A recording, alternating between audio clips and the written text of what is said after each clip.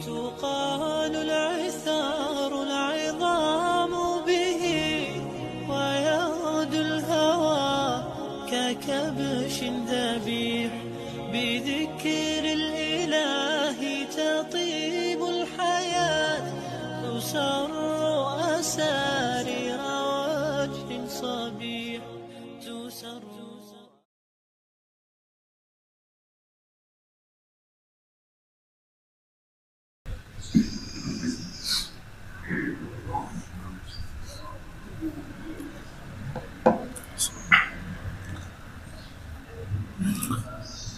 Assalamualaikum warahmatullahi wabarakatuh.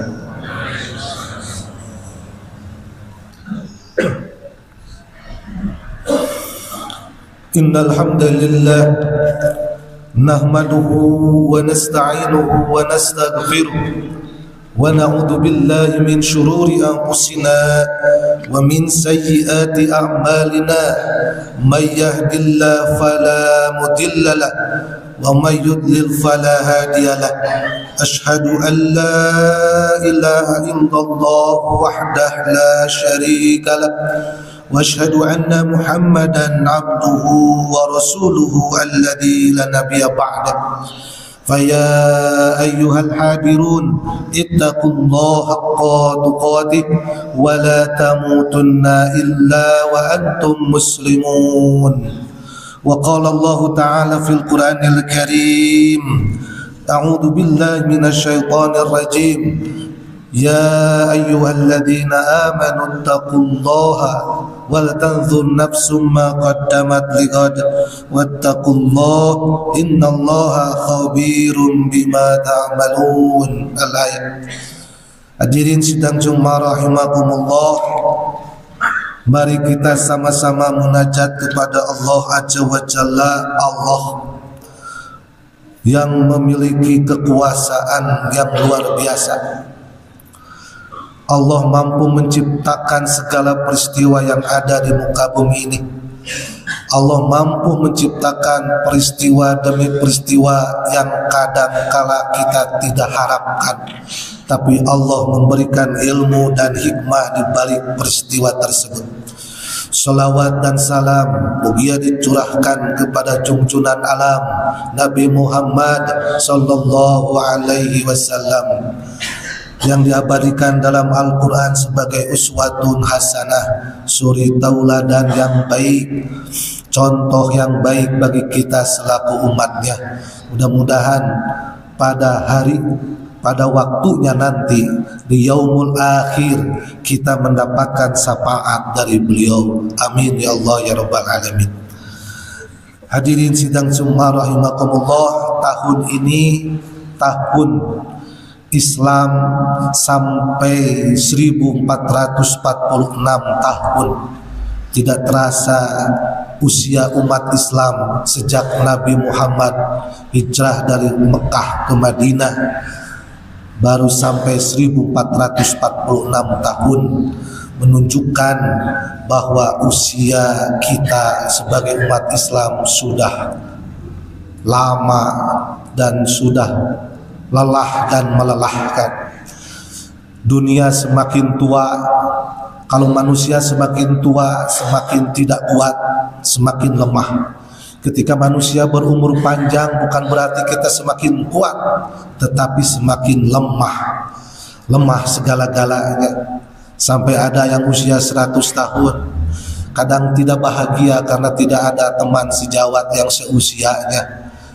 Kalau ngobrol dengan anak-anak, kalau ngobrol dengan cucunya sudah tidak nyambung lagi. Jadi semakin tua semakin lemah, semakin tidak banyak ada temannya. Dunia pun sama, semakin tambah waktu semakin usia dunia ini semakin lemah. Apalagi tidak kuatnya dunia ini menahan berdirinya orang-orang yang jahat dan maksiat kepada Allah. Kalaupun dunia bisa ngomong, ya Allah, kami sudah tidak kuat lagi diinjaki oleh orang-orang yang jahat dan maksiat. Kalau terus-terusan orang banyak yang jahat dan maksiat, cukuplah sampai di sini kami usianya, kata dunia kalau bisa ngomong seperti itu.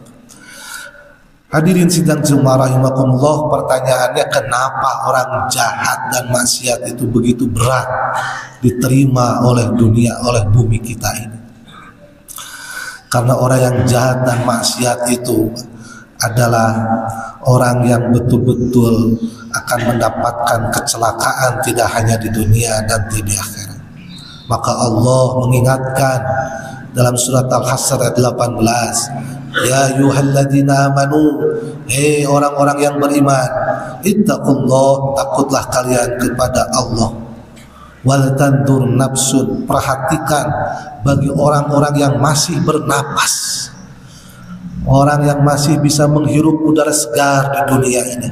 Perhatikan oleh kalian, ma qaddamat liqad, apa yang kalian siapkan untuk hari besok. Wattaqullah, bertakwalah kalian kepada Allah. Innallaha khabirum bima ta'malun, sesungguhnya Allah Maha mengetahui apa yang kalian kerjakan. Ada kalimat dari Allah, ma qaddamat liqad, persiapan hari besok. Besok bukan hanya hari besok, hari ini Jumat, besok hari Sabtu, kemarin hari Kamis. Bukan hanya menyiapkan diri untuk hari besok, hari Sabtu, kata Allah, tapi kita harus menyiapkan hari besok di mana hari tidak ada lagi hari. Kalau di dunia ada hari Jumat, besok ada Sabtu, tapi nanti kita akan bertemu dan berkumpul di hari di mana tidak ada lagi hari, yaitu yaumul akhir. Apa yang harus kita siapkan? Amal perbuatan. Perbuatan apa yang akan diterima oleh Allah? Amal perbuatan yang baik, taat dan penuh kesadaran kepada Allah Subhanahu wa ta'ala. Bagaimana kalau kita banyak perbuatan dosa? Maka cikal bakal orang tersebut akan mendapatkan celaka, baik di dunia maupun di akhirat. Jadi kita hidup nanti di yaumul akhir ditentukan nanti di hari esok, dan hari esok ditentukan hari ini. Maka hari ini menentukan nasib kita nanti di yaumul akhir. Kalau hidup kita dengan su'ul khotimah, maka di alam barzah kita akan mendapatkan azabul qabri, siksaan kubur. Kalau di alam kubur kita mendapatkan siksaan, maka nanti di yaumul akhir kita akan mendapatkan an-nar, siksaan yang abadi. Kalau hidup kita diakhiri dengan husnul khotimah, maka di alam barzah kita akan mendapatkan nikmatul qabri, kenikmatan alam kubur. Kalau di alam kubur kita mendapatkan nikmatul qabri, maka di yaumul akhir, hari di mana tidak adalah hari, kita akan mendapatkan jannah, surga yang abadi. Oleh karena itu, hari ini kita masih bernafas, hari ini kita masih diberikan udara yang segar oleh Allah Subhanahu wa ta'ala. Maka persiapkan jangan sampai kita terjebak dengan perbuatan-perbuatan yang mengakibatkan kita celaka nanti di yaumul akhir. Kata Utsman Asy-Syakir, ada tanda-tanda orang akan mendapatkan celaka nanti di yaumul akhir. Tanda-tanda itu akan dirasakan oleh kita pada hari ini ketika kita bernapas di dunia ini. Kalau kita tidak ingin celaka nanti di yaumul akhir, maka kita harus melakukan sebaliknya dari 4 tanda orang yang akan mendapat kecelakaan. Yang pertama, kata Utsman Asy-Syakir, di antara tanda orang yang akan mendapatkan celaka nanti di yaumul akhir, tanda-tanda di dunianya adalah yang pertama, terlalu mudah melupakan dosa yang diperbuatnya, padahal dosa itu sudah tercatat di sisi Allah. Persoalan dosa adalah persoalan kita semua. ketika ada orang yang selalu melupakan perbuatan dosanya, maka kata Nabi, orang tersebut tidak akan pernah beristighfar dan bertaubat, karena orang tersebut senantiasa mopohokin karena dosa. Di antara tanda orang yang melupakan terhadap dosa itu ada 3. 1, orang yang tidak pernah merasa berbuat dosa. Jadi orang yang suka melupakan dosa itu tandanya adalah orang yang senantiasa merasa tidak pernah berbuat dosa dan salah. Maka orang yang tidak pernah merasa dosa, orang tersebut merasa diri benar, merasa diri baik, maka tidak akan pernah beristighfar dan bertaubat di hadapan Allah. Ciri yang kedua di antara orang yang lupa terhadap melupakan dosa adalah mucek Sunda mah kagok borontok kapalang caramah, itu cek Sunda mah sudah nanggung. Jadi ketika orang diingatkan dari dosanya, orang itu menjawab tanggung, sudah banyak berbuat dosa, jadi kagok lah. Jadi kalau mau berhenti dari perbuatan dosa itu tanggung berbuat dosa, tanggung guyang dina maksiat, kagok borontok kapalang caramah gitu. Jadi kalau kita berbuat dosa tidak pernah berhenti karena tanggung dengan dosanya. Gak apa-apa saya masuk neraka.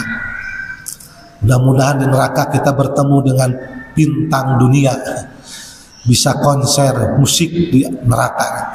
Jadi orang yang tanda kedua itu merasa sudah tanggung berbuat dosa, mau apa lagi?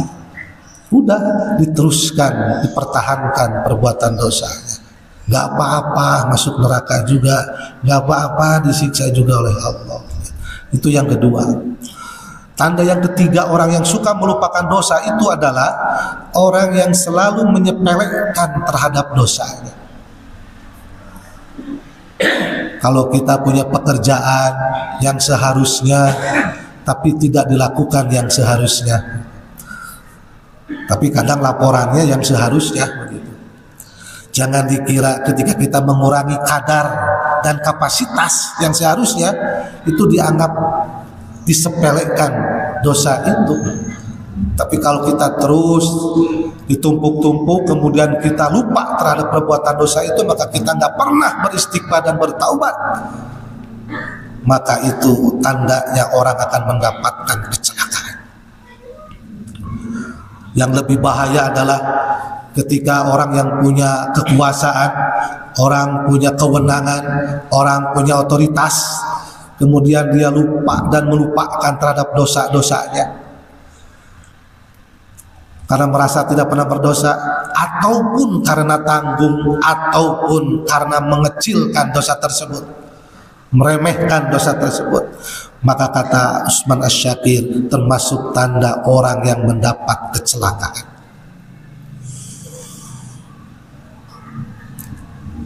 Kemudian tanda selanjutnya adalah orang kadang tidak pernah sibuk mencari kesalahan diri sendiri,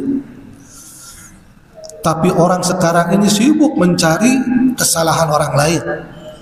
Tidak pernah sibuk mencari dosanya sendiri, tapi orang sibuk mencari dosa orang lain, mencari kesalahan orang lain. Kalau tidak ketemu terus dicari, kalau nggak ketemu terus dicari, kalau sudah didapatkan kesalahan orang lain disebarluaskan kepada orang lain, dan orang tersebut merasa puas dengan perbuatannya itu. Padahal kata Nabi, kita itu jangan sibuk mencari kesalahan orang lain, tapi sibuklah mencari kesalahan diri kita sendiri, maka kita akan selamat di dunia dan di akhirat. Sebaliknya, kalau kita suka sibuk mencari kesalahan orang lain dan tidak sibuk mencari kesalahan sendiri, maka akibatnya kita akan mendapat kecelakaan baik di dunia maupun di akhirat. Barakallahu li wa lakum wa nafa'ani wa iyyakum wa taqabbal minni wa minkum tilawatahu innahu wat tawwabur rahim.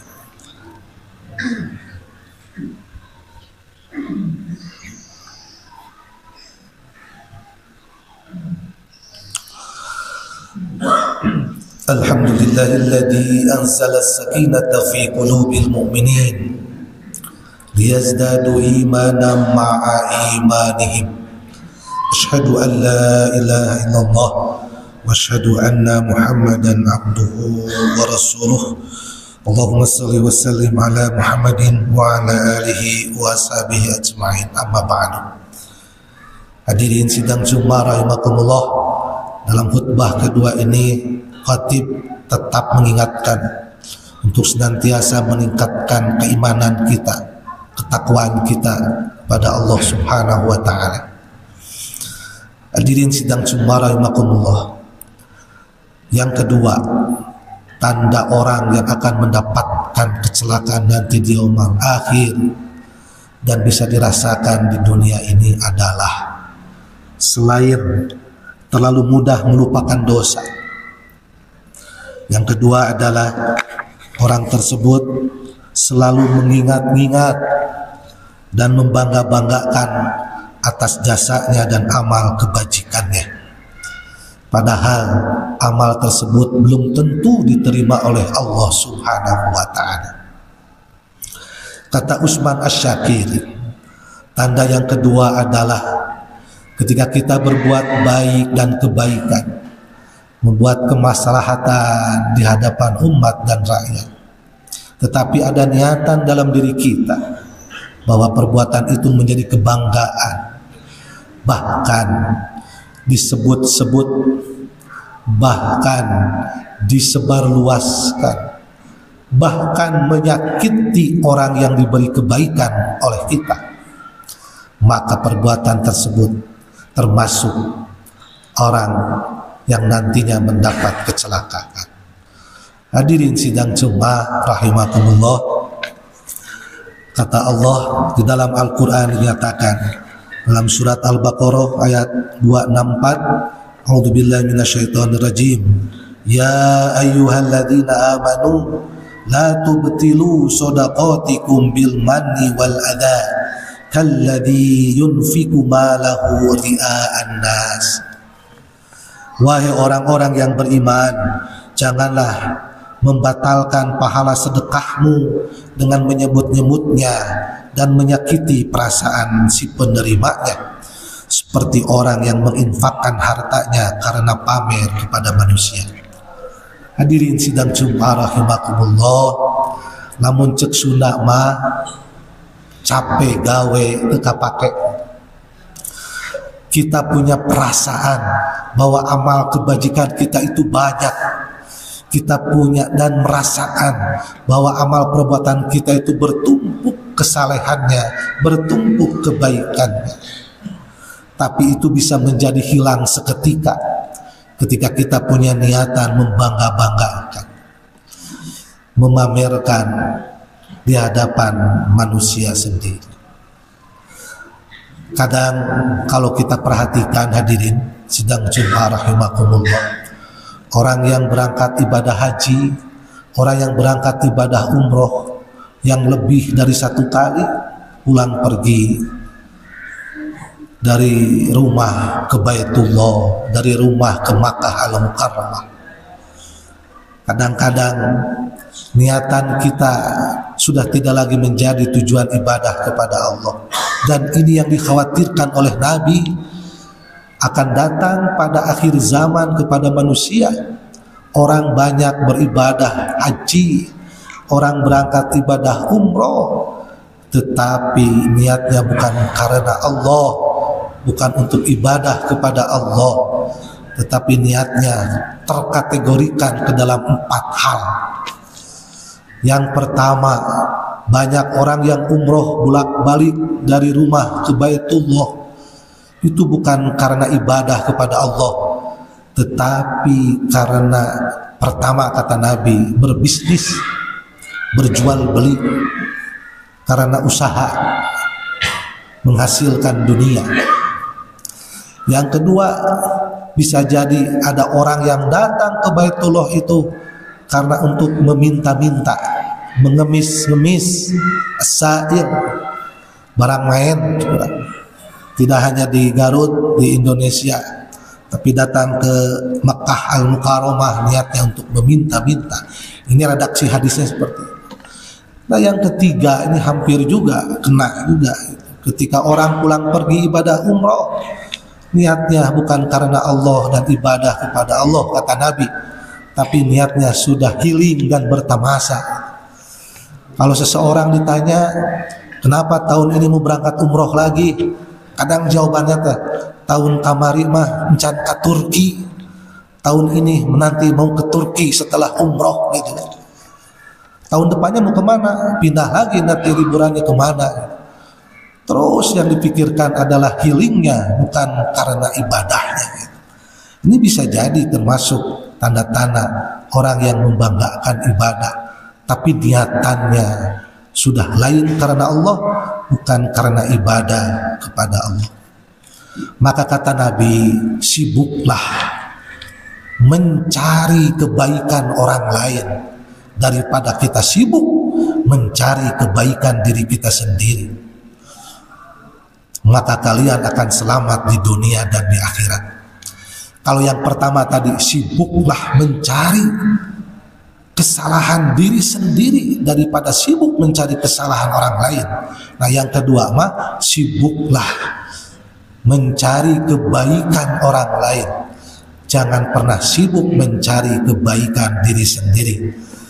Maka dua hal ini kalau terbalik, kita akan selamat. Tapi kalau sebaliknya, kita sibuk mencari kesalahan orang lain dan kita sibuk mencari kebaikan diri kita sendiri, maka tanda-tanda orang itu mendapatkan kecelakaan nanti di yaumul akhir. Mudah-mudahan kita tidak termasuk dua kategori tersebut. Allahumma salli wa sallim ala Muhammadin wa ala alihi wa ashabihi ajma'in. Allahumma arinal haqqa haqqa warzuqna ittiba'ah wa arinal batila batila warzuqna ijtinabah. Rabbana la tuzigh qulubana ba'da idh hadaitana wa hab lana min ladunka rahmah innaka antal wahhab. Rabbana zalamna anfusana wa illam taghfir lana wa tarhamna lanakunanna minal khasirin. Rabbana faghfir lana dhunubana wa kaffir 'anna sayyi'atina wa tawaffana ma'al abrar. Rabbana atina fid dunya hasanah wa fil akhirati hasanah wa qina adzabannar. Subhana rabbika rabbil izzati amma yasifun, wassalamun 'alal mursalin walhamdulillahi rabbil alamin. Assalamualaikum warahmatullahi wabarakatuh.